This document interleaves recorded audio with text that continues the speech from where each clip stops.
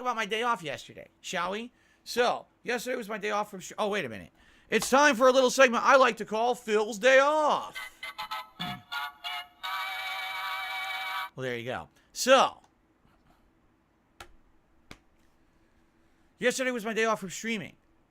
Yesterday, I didn't do a heck of a lot outside of the house, outside of the absolute necessities. Why? Because I told you last week going on, I was completely strapped. Like, no exaggeration.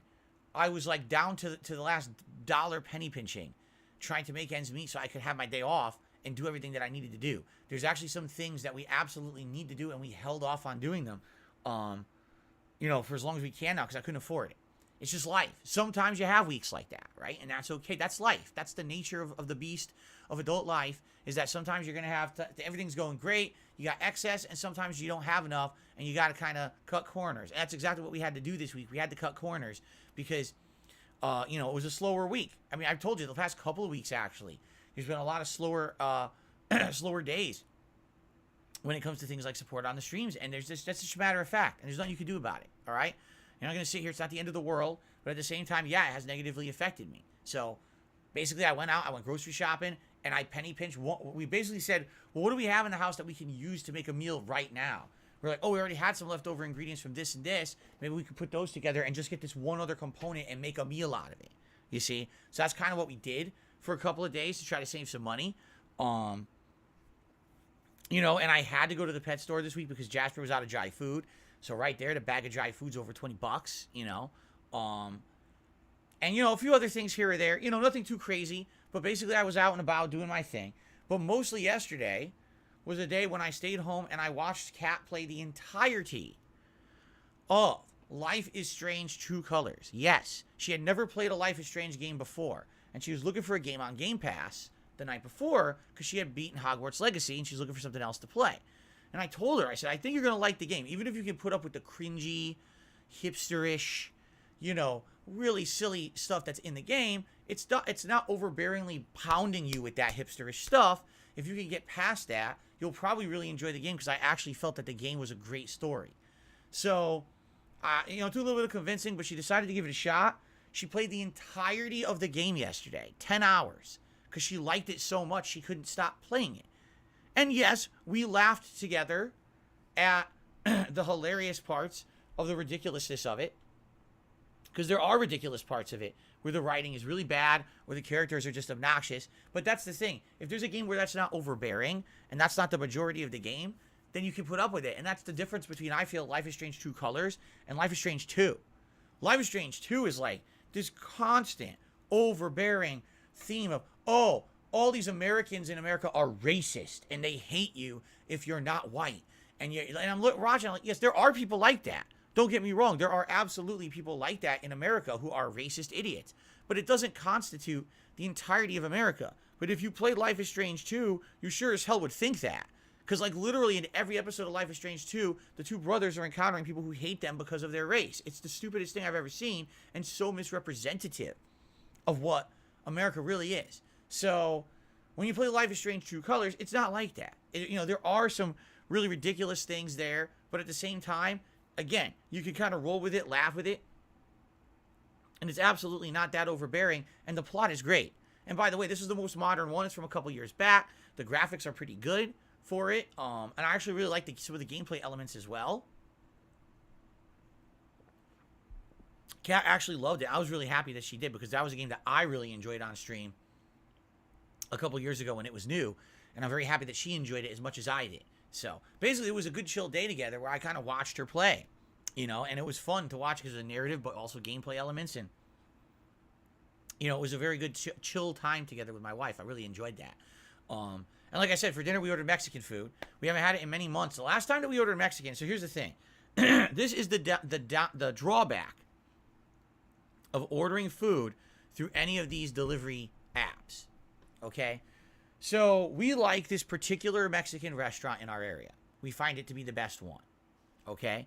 There is one that is near our local mall, okay? And that's the one that we go to.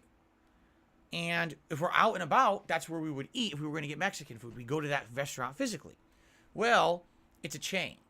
And sadly, when you have a chain, okay, sometimes each piece of the chain, each franchise is not equivalent. And I've talked about that over the last couple of years, how franchises in America are very weird, because you could go to one place that says it's the same business and walk in and get one experience, and then literally walk on the other side of town, walk into another one that's the same franchise, supposed to be the same business, and get completely different quality, service, and everything.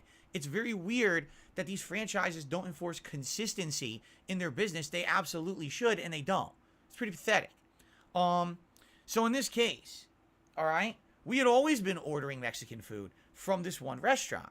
And then, I believe it was last year, it was late last year, we decided to order again, and the food came from a different chain, or excuse me, a different franchise location, because there is another one that's about equal distant from the one that we would usually get the food from. But little did we know, this one was far inferior. So to give you some perspective, sometimes we order Mexican food, and if we ordered from the good one, it would come in a big, nice, deep black plastic container, a big, deep dish with a snap-on lid, sectional. So let's say you were ordering, I don't know, enchiladas. Your enchiladas would come in one section, your beans would be in one section, and your rice would be in one section, all nicely contained in this container, and it would be nice and neat, and everything would be good, okay? Chips, they always come with chips. Salsa always comes with free salsa, okay? Always, free. You don't have to pay for it. It just comes with it complimentary from this restaurant. So we ordered, this was last year, we ordered from the same restaurant. It shows up, it's all in tin foil. Literally, nothing is separated. Everything has become one amalgamated, gloopy mess, all leaked and seeping together. The packages are leaking in the bag, going absolutely everywhere. They're covered in sauce, just disgusting. No chips, no salsa. Like, what the hell is this? It's the same restaurant, supposedly. So we looked into it. For some reason, the delivery app chose to get from a different location rather than the one that would always get it for us. So it's been many, many months since we ordered Mexican food, because we just don't want to deal with a bad, inferior restaurant. So on a whim, we tried a different one last night, and it was good.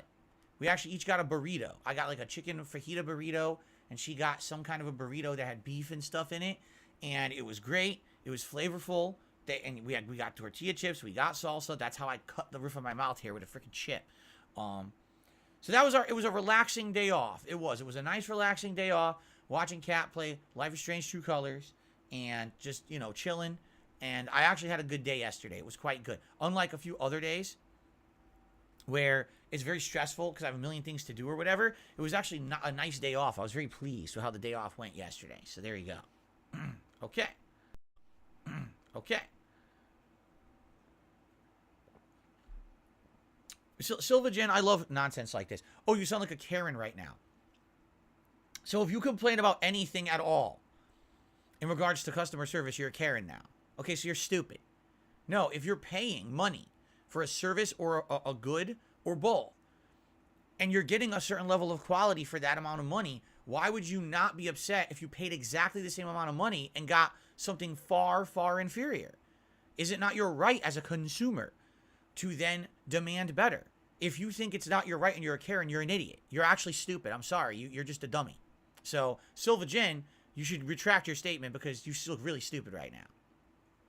Thank you very much. Okay.